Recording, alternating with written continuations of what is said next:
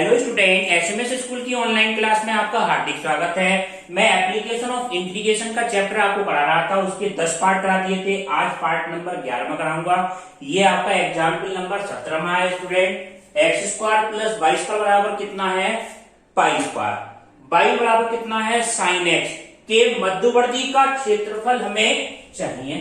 इसके बीच का गिरा हुआ क्षेत्रफल चाहिए और कौन से कोऑर्डिनेट में? फर्स्ट कोऑर्डिनेट में। ठीक है, अब देखिए सबसे पहले इसका चित्र बनाओ।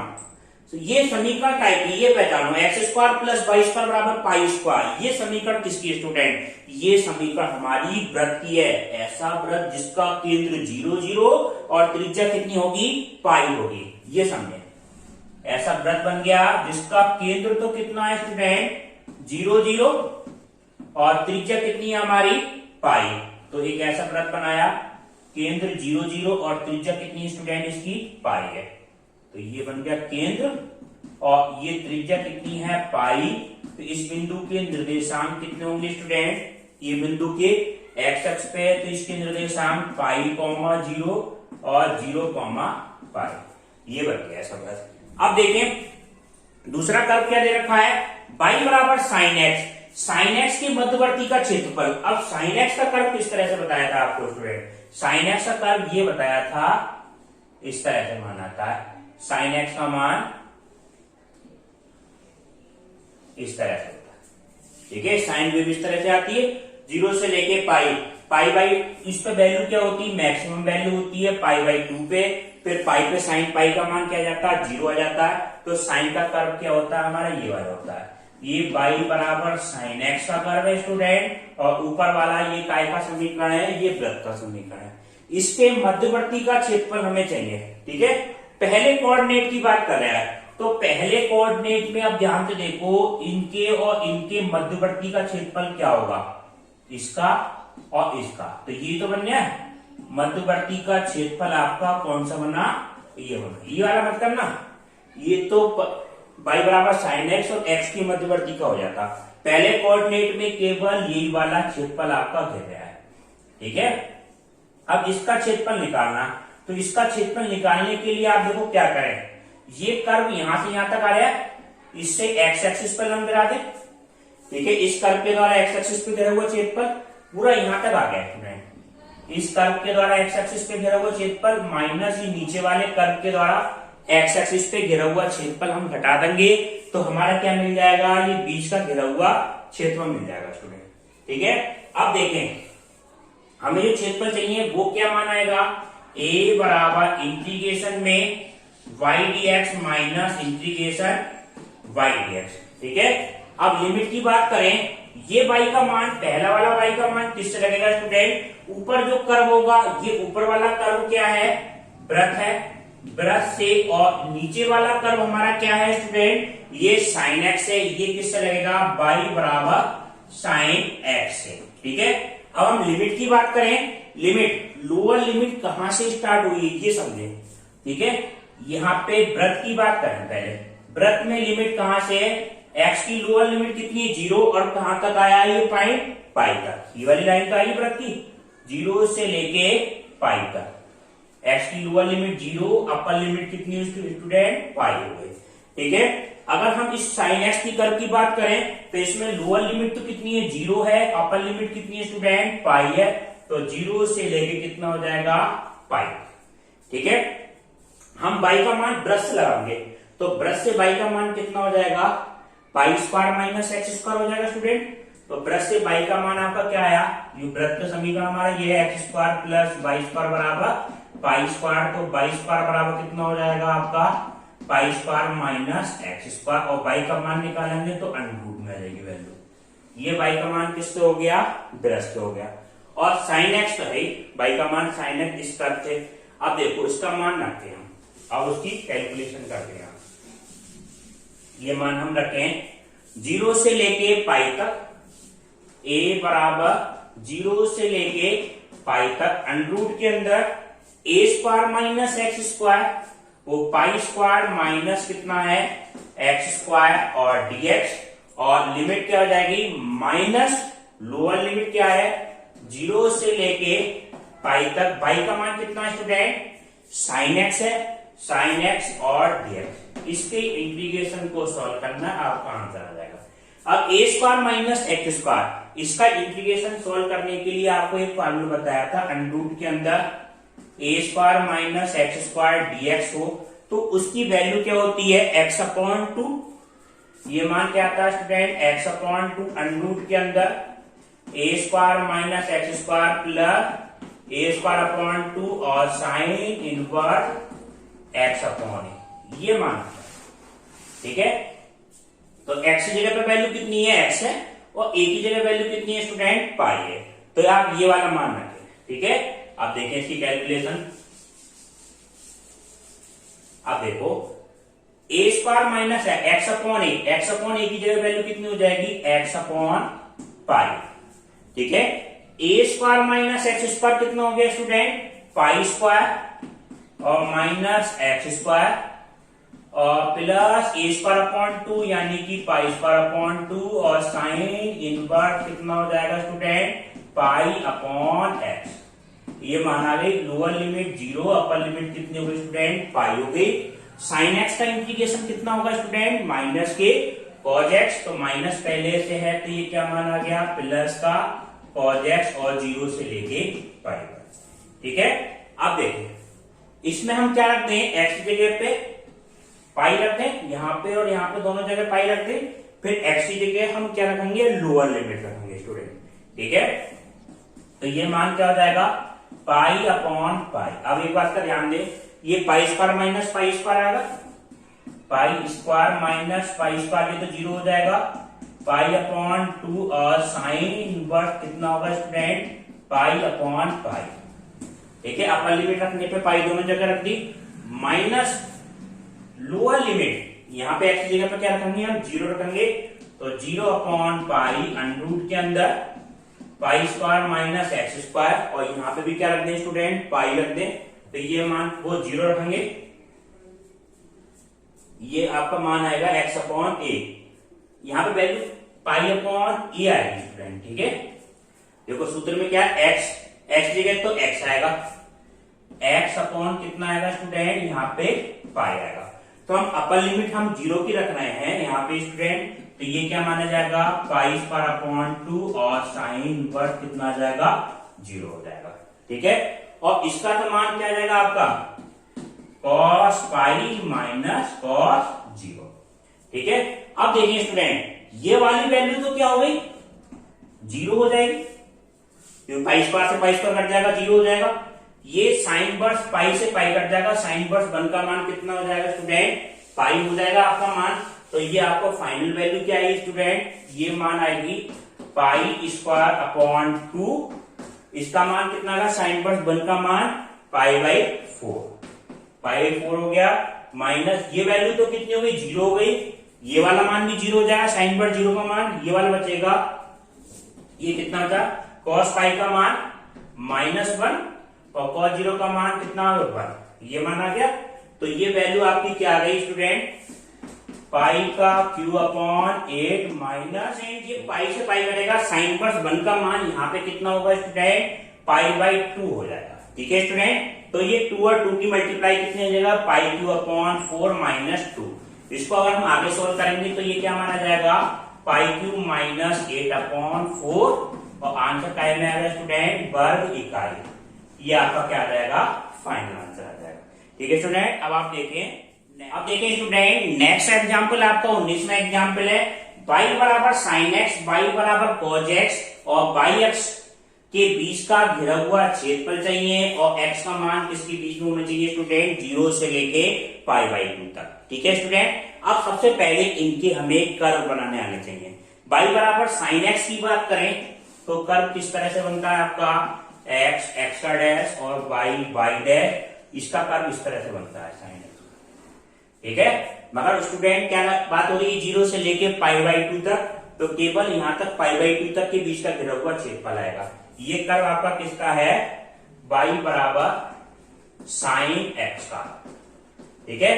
क्यों, साइन 0 का मान कितना होता है, ये कर्व कैसे बनता है, देखो साइन 0 का मान 0 और साइन पाई बाई 2 पे मान कितना होता है 1, तो ये वैल्यू तो कितनी है 0, 0 का मान कितना है 0, और पाई बाई टू जैसे ही एक्स का मान बढ़ा, एक्स का मान कितना हुआ पाई बाई टू, तो ये मान आपका कितना हो जाता है 1 हो जाता है।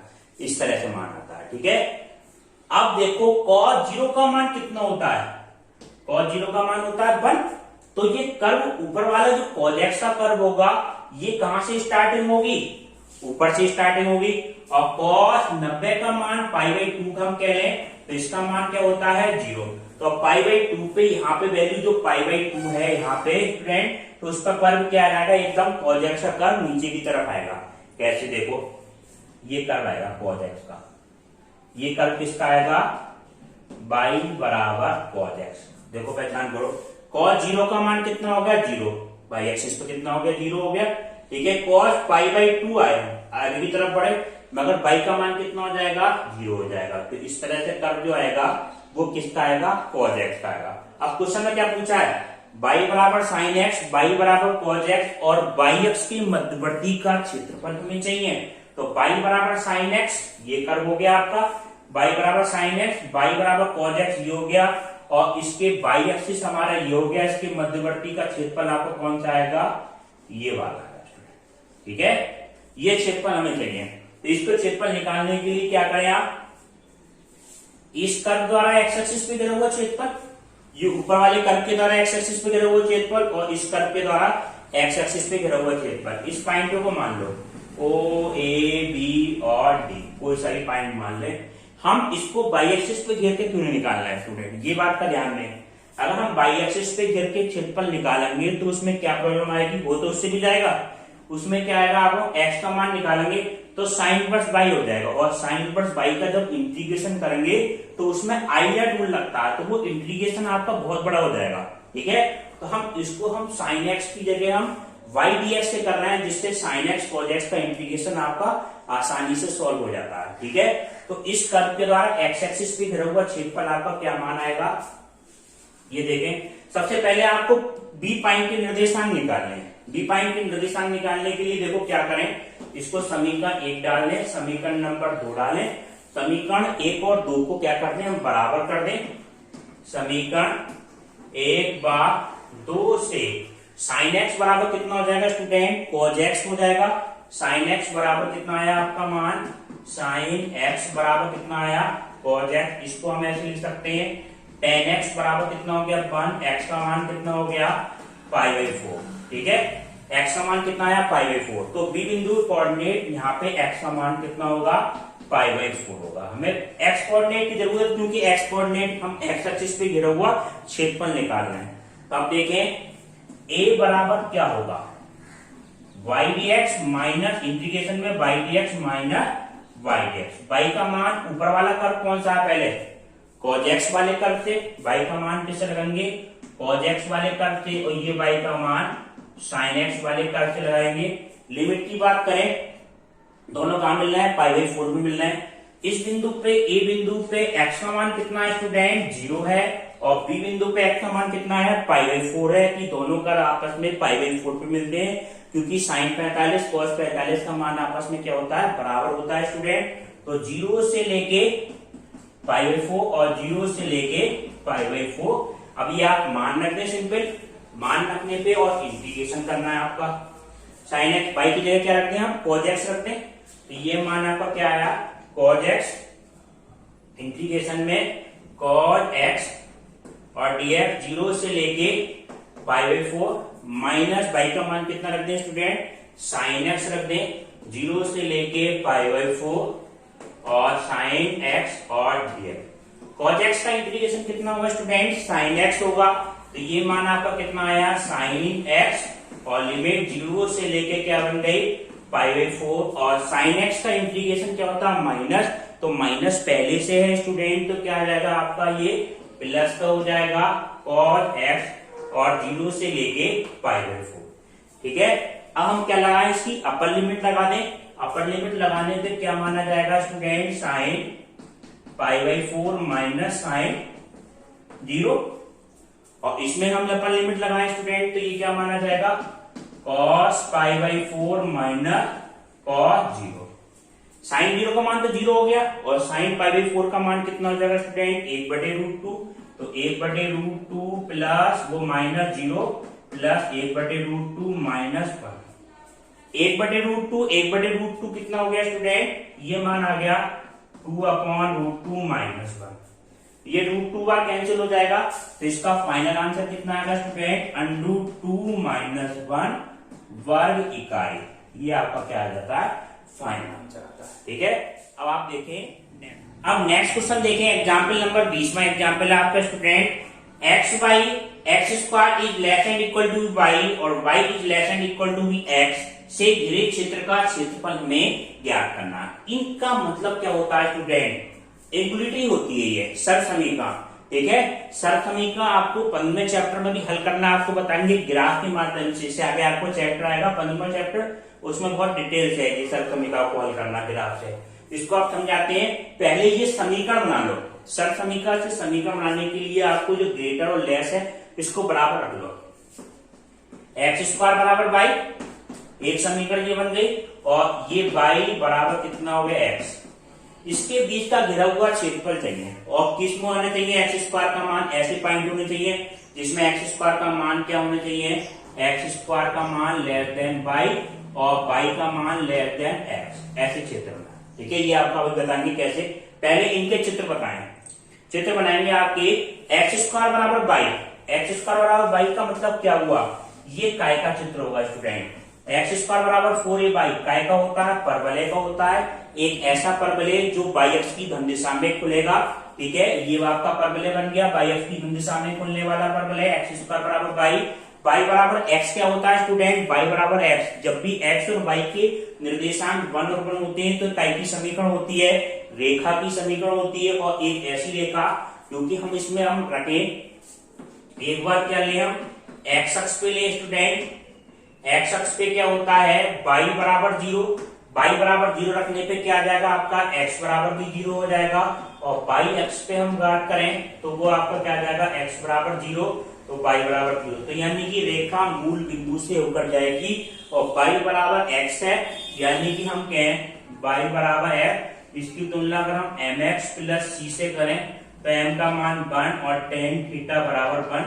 तो यानी कि x अक्ष की धन दिशा से बनाते हुए कोण बनाती हुई जाएगी, क्योंकि tan पहले और तीसरे कोऑर्डिनेट नेगेटिव होता है, पॉजिटिव होता है स्टूडेंट। तो ये रेखा पहले और तीसरे कोऑर्डिनेट से जाएगी। ठीक है, इतना आपको करने की जरूरत नहीं है। जब भी y बराबर x लिखा जाती है तो इस तरह से होकर आपकी जाएगी, पहले तीसरे कोऑर्डिनेट से होकर, मूल बिंदु से होकर जाएगी। ठीक है, अब देखो इसके मध्यवर्ती, इसका मतलब इसके मध्यवर्ती गई है। अब इसकी जैसे ये पॉइंट आ गए, ये बिंदु के निर्देशांक निकालो, यहाँ पे आपस में ये कट कर रहे हैं। ठीक है, तो समीकरण 1 और 2 से, समीकरण 1 और 2 से यहाँ पे y का मान रख दो, 2 से y का मान यहाँ रख देंगे स्टूडेंट। तो x² बराबर कितना हो जाएगा? x² बराबर x, x² माइनस x बराबर कितना हो जाएगा? 0। x कॉमन ले, x माइनस 1 बराबर 0, x बराबर 0, x बराबर कितना हो गया? 1 हो गया। ठीक है, बिल्कुल सिंपल कैलकुलेशन। x बराबर 0 रखने पे हम y का मान कितना रखेंगे? x बराबर 0 रखने पे y बराबर 0 और y बराबर 1। तो इस बिंदु के निर्देशांक तो 0 0, यानी कि 0 0 को कट कर रहे होंगे और 1 और 1 पे। ठीक है, ये इनके बीच का क्षेत्रफल होगा, इनके बीच का क्षेत्रफल होगा, क्योंकि इन सारे पॉइंटों के लिए यहां से यहां पर कोई पॉइंट आएगा। ठीक है, इसका क्षेत्र हम देखें, इसका y बराबर x का क्षेत्र देखें, ये आपको 15वें चैप्टर में बिल्कुल क्लियर हो जाएगा। x का मान क्या होना चाहिए? बड़ा होना चाहिए। x का मान बड़ा होना चाहिए, यानी कि x का मान बड़ा कब होगा? जब इधर की डायरेक्शन में होगा, x की धन दिशा में होंगे, यानी कि ये हम इधर का कोई क्षेत्र नहीं ले जाएगा, x का मान बड़ा ही तो होगा। 0 1 2 3 बढ़ता चला जाएगा y से मान, x की धन दिशा के लिए पहली कंडीशन सेटिस्फाई हो गई। दूसरी, x² का मान x² less than y, x² यानी कि हम x का वर्ग करें वो लेस देन y होना चाहिए। तो ऐसी वैल्यू जैसे ये होगी, 1 से छोटी छोटी वैल्यू होंगी, 1/2 1/4, 1 से आगे की वैल्यू अगर हम लेते हैं तो वो वैल्यू क्या हो जाएगी स्टूडेंट? वो y का मान बड़ा हो जाएगा। तो ये क्षेत्र हमारा ये वाला आएगा, इसके बीच का, इससे आगे का क्षेत्र नहीं लेंगे, तो ये क्षेत्र आपका आएगा। ये आपको 15वें चैप्टर में खूब क्लियर हो जाएगा कैसे बनती है ग्राफ, इस तरह से क्षेत्र कौन सा ले जाता है। ये वाला क्षेत्र हुआ। अब इस रेखा के द्वारा एक्स एक्सिस पे घिरा हुआ क्षेत्रफल में से परवलय के द्वारा घिरा हुआ क्षेत्रफल हम घटा देंगे। ठीक है, देखो किस तरह से रेखा के द्वारा घिरा हुआ क्षेत्रफल, ये मान आएगा आपका a बराबर, ये मान आपका आया y dx माइनस कितना हो जाएगा स्टूडेंट y dx। लिमिट की बात करें, ये पहला y का मान किस तरह रखा जाएगा रेखा से, और दूसरा y का मान किस तरह रखा जाएगा परवलय से। पहला y का मान लिमिट कितनी होगी 0 से लेके 1 तक, और 0 से लेके 1 तक। ये लिमिट कितनी होगी 0 से लेके 1 तक और 0 से लेके 1 तक। y का मान रेखा से बात करें तो रेखा से y का मान कितना होगा स्टूडेंट x हो जाएगा। तो ये मान आया 0 से लेके 1 तक x dx माइनस 0 से लेके 1 तक। परवलय से आपका मान क्या होगा, परवलय हमारा y का मान कितना होगा एक्स स्क्वायर और dx। ठीक है स्टूडेंट, अब देखें इसकी आपको कैलकुलेशन आप सॉल्व करनी है और फाइनल आंसर आ जाएगा इसकी बीच का घिरा हुआ क्षेत्रफल। x का इंटीग्रेशन कितना आ जाएगा आपका एक्स स्क्वायर अपॉन 2 और 0 से लेके 1 तक माइनस एक्स की पावर 3 अपॉन 3, एक्स की पावर 3 अपॉन 3 0 से लेके 1 तक। इसमें हम अपन लिमिट लगाएंगे कितना होगा 1/2 माइनस 0 माइनस 1/3 माइनस 0। तो ये फाइनल बचा 1/2 माइनस 1/3, 6 एलसीएम आ गया 3 माइनस कितना आ गया 2 1/6 और वर्ग इकाई। ये आपको क्या आ जाएगा फाइनल आंसर आ जाएगा। ठीक है स्टूडेंट, अब आप देखें नेक्स्ट। अब देखें स्टूडेंट, ये एग्जाम्पल आपका कौन सा एग्जाम्पल 21वां एग्जाम्पल है। ये 21वां एग्जाम्पल, इसमें क्या पूछा है y बराबर एक्स स्क्वायर प्लस के 2, y बराबर x बराबर 0, x बराबर 3 के मध्यवर्ती का क्षेत्रफल देंगे। ठीक है, घिरे क्षेत्र का क्षेत्रफल। तो सबसे पहले आपको पहचान करनी पड़ेगी ये समीकरण काय की है। ठीक है, ये एक तरफ कहीं क्या हो एक्स स्क्वायर, एक तरफ y की घात 1 हो, तो वो समीकरण काय की होती है स्टूडेंट परवलय की होती है। आप ये मत पहचान करो कि एक्स स्क्वायर बराबर y हो तभी परवलय की हो। तो ये समीकरण आपकी कैसी बनेगी, देखो इसको स्टैंडर्ड फॉर्म बनाने पड़ेगी। एक्स स्क्वायर बराबर क्या लिख सकते हैं y माइनस 2 लिख सकते हैं। ठीक है, तो ये भी क्या बन गया, इसको अगर हम कैपिटल Y मान ले उसको कैपिटल X, तो कैपिटल इसकी फॉर्म तो बन जाएगी स्टूडेंट कैपिटल एक्स स्क्वायर बराबर कितना हो जाएगा y। इसकी फॉर्म ये भी क्या हुआ परवलय हुआ, बस इसकी नाभि क्या होती एक्स स्क्वायर बराबर y होता, तो उसकी नाभि क्या होती 0 शीर्ष 0 0 होते, इसका शीर्ष 0 0 नहीं आएगा। शीर्ष यानी कि हम क्या रखते हैं, देखो समझाते हैं, इसमें हम क्या रखते हैं y माइनस 2 को कैपिटल Y रखते हैं। ठीक है, चित्र बनाने के लिए आपको, और x की जगह पे क्या रख लें आप कैपिटल x रख दें, तो कैपिटल एक्स स्क्वायर बराबर कितना होगा y होगा। इस परवलय का शीर्ष क्या होता है स्टूडेंट, इस परवलय का शीर्ष होता है हमारा 0,0, यानी कि क्या मतलब हुआ कैपिटल x का मान 0 होता, कैपिटल y का मान 0 होता, मगर x की जगह तो x है, यानी कि स्मॉल x में हम चेंज करेंगे x बराबर 0, मगर कैपिटल y की जगह क्या रखना है आपको y माइनस 2, तो इससे क्या आ जाएगा आपका y बराबर 2। इसकी तो ना भी इस तरह से होती, ठीक है, वो एक्स स्क्वायर बराबर y, मगर ये नाभि क्या आएगी 0,2 इस वाले परवलय की। ठीक है, तो इस परवलय का चित्र किस तरह से बनेगा, नाभि चेंज होगी आपकी, वो शीर्ष चेंज होगा 0,2 पे। ठीक है, तो शीर्ष बनाओ। परवलय का मुंह तो ऐसे रहेगा बाई एक्स की धन दिशा में खुलने वाला, तो ये परवलय कौन सा बना एक्स, एक्स का डैश, बाई, बाई का डैश, और ये परवलय बना 0 और 2, यानी कि इस दिशा में बाई एक्स की धन दिशा में खुलने वाला क्या होगा ये परवलय होगा। ठीक है, अब y बराबर x, y बराबर x क्या होता है एक रेखा की समीकरण जो मूल बिंदु से उकड़ जाए। ये तो समीकरण आपका कैसा आ गया y बराबर एक्स स्क्वायर प्लस 2 परवलय का आ गया। y बराबर x इस रेखा का समीकरण आपको बताया था मूल बिंदु से होकर रेखा जाती है, एक बार x बराबर 0 करेंगे, एक बार y बराबर 0, तो वो रेखा कहां से होकर जाएगी मूल बिंदु से होकर जाएगी। इस परवलय का इसके बीच में x बराबर 0 कौन सा हुआ, x बराबर 0 हमारा क्या आंसर हो गया y एक्सिस हो गया स्टूडेंट, और x बराबर 3 कौन सा हुआ 1 2 3, इस पे 3 डिस्टेंस पे x बराबर 3 डिस्टेंस पे कितना आएगा एक बिंदु, इसके बीच का घिरा हुआ क्षेत्रफल हमें चाहिए, ये क्षेत्रफल चाहिए। ठीक है स्टूडेंट, ये वाला, तो ये क्षेत्रफल हमें निकालना है। अब देखो कोई था मान लो ओ ए बी सी, तो इसका क्षेत्रफल हम कैसे निकालें, इस कर्व के द्वारा एक्स एक्सिस पे घिरा हुआ क्षेत्रफल माइनस लाइन के द्वारा घिरा हुआ एक्स एक्सिस पे क्षेत्रफल, तो आपका फाइनल आंसर आ जाएगा। इस बिंदु बी के निर्देशांक निकालने के लिए आप क्या करें, बी के निर्देशांक क्या होंगे, बी बिंदु पे आपका क्या होगा, x बराबर 3 तो होगा, ये तो क्लियर दे रखा क्वेश्चन में। ए बिंदु पे क्या होगा x का मान, ये पूरी लाइन पर हर जगह क्या होता है आपका x बराबर 0। ठीक है, इस बिंदु पे x का मान कितना होगा 0, और इस बिंदु पे x का मान कितना हो जाएगा 3, पूरी लाइन पे x बराबर 3। इसका क्षेत्रफल निकालना है student, A B C O A B C का क्षेत्रफल निकालना है। x बराबर 3 तक तो ये माना गया, तो ये क्षेत्रफल आपका क्या से निकलेगा स्टूडेंट, ये मान आएगा y dx minus y dx। इस y का मान कहां से लगेगा, ऊपर वाले कर्व से, ऊपर वाले कर्व से y का मान कितना होगा स्टूडेंट, एक्स स्क्वायर प्लस 2 था, ये y का मान कितना हो गया स्टूडेंट, एक्स स्क्वायर प्लस 2 और dx। परवलय से लगेगा एक तरह से मान, और नीचे वाले कर्व से मान किसका लगेगा स्टूडेंट, रेखा से, ये क्या हो गया आपका f dx। अब हम लिमिट की बात करते हैं, इस बिंदु पे परवलय के लिए इस बिंदु पर x का मान यहाँ पे क्या है 0, और कहां तक गया परवलय, b बिंदु तक, तो ये यहाँ पे x का मान कितना है 3, तो इसकी लिमिट क्या होगी 0 से लेके 3 तक।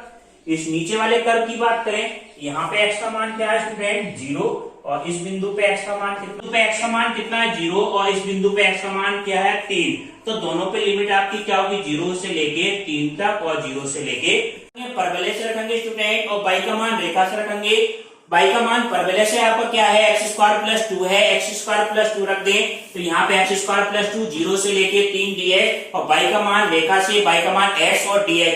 अब इसका इंटीग्रेशन करेंगे तो क्या मान आएगा, x की घात 3/3 प्लस ये कितना हो गया 2 है, 0 से लेके 3 तक minus x square upon 2, limit हमारी क्या है 0 से लेके 3 तक।